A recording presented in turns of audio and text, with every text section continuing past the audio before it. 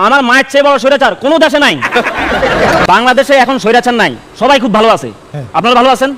আপনারা ভালো আছেন? কিন্তু ভাই আমি ভালো নাই। কারণ আমিন ভাই আমার বাড়িতে কাজ চলতেছিল, ছাদ ঢালাইয়ের কাজ।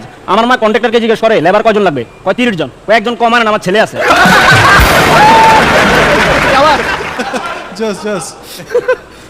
আমার মা আমার ছোট বোনদের নামে ডিপিএস করছে, সারিয়াপুর 2টা ডিপিএস করছে। আমি বললাম মা ওদের নামে ডিপিএস করছো, আমার নামে তো করলে না।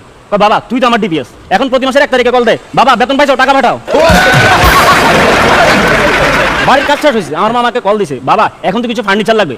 আমি বললাম মা বাসায় বিয়ের উপযুক্ত একটা ছেলে থাকতে তোমার ফার্নিচার কিনা লাগবে কেন?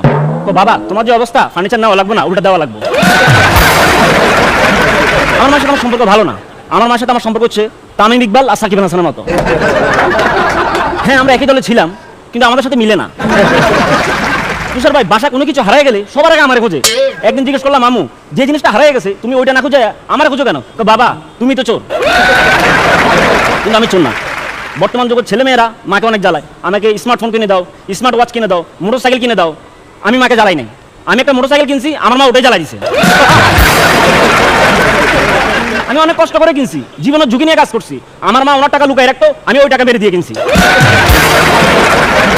কারণ আমি মনে করি ওই টাকা আমার টাকা। রনি ভাই প্রতিটা ঈদে আমি আমার আত্মীয় স্বজনের মাথায় পিস্তল ঠেকাইয়া চাঁদাবাদের মতো সালামি নিতাম।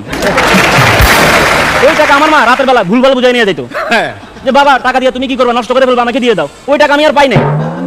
একদিন ঈদের সালামির টাকা আম্মুকে আমি দেই নাই, আমার প্যান্টের চোরা পকেটে রেখে আমি ঘুমিয়ে গেছি। সকালে উঠে দেখি আমার চোরা পকেট থেকে টাকা চুরি হয়ে গেছে। বিশেষ করে আমিন ভাই আমি যখন ঘুমাই তখন ছিলাম আমি সম্রাট আকবর, উঠে দেখি আমি লালন ফকির। আমি বুঝে গেছি আমার মাকে আমি সন্তুষ্ট করতে পারবো না, বুঝে গেছি আমি। ফারিয়াবু আপনার বাড়ি চাঁদপুর, আমার বাড়ি চাঁদপুর। আমার মা আমার কাছে ইলিশ মাছ খাইতে চাইছে, আমি চাঁদপুর ঘাট থেকে তাজা ইলিশ নিয়ে আসছি। বললাম মা তোমার জন্য তাজা ইলিশ। তো কিসের তাজা, এটা তো মরা। আমার মা আমাকে প্রায় ছোটবেলায় বাইজিদ বোস্তামির গল্প শোনাতো, শুনছেন না ভাই? যে বাইজিদ বোস্তামির মা গভীর রাতে তার কাছে পানি চায়, বাইজিদ বোস্তামি দুন নদী থেকে মায়ের জন্য পানি নিয়ে আসে, এসে দেখে মা ঘুমিয়ে, সে সারা রাত দাঁড়ায় থাকে।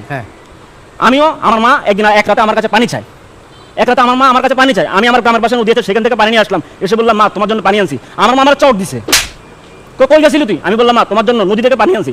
বদমাইশ, টেবিলের উপর পানি জগ দেখোস না? তারপরও আমি আমার মাকে ভালোবাসি, আমার মাকে ভালোবাসি কারণ আমার মা জীবনে অনেক কষ্ট করছে।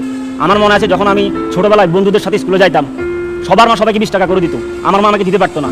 আমার মা আমার মুখের দিকে তাকিয়ে থাকতো, আমি আমার মায়ের মুখের দিকে তাকিয়ে থাকতাম। আমি কিছু বলতাম না, চলে যেতাম, কারণ আমি আগে 50 টাকা মেরে দিছি।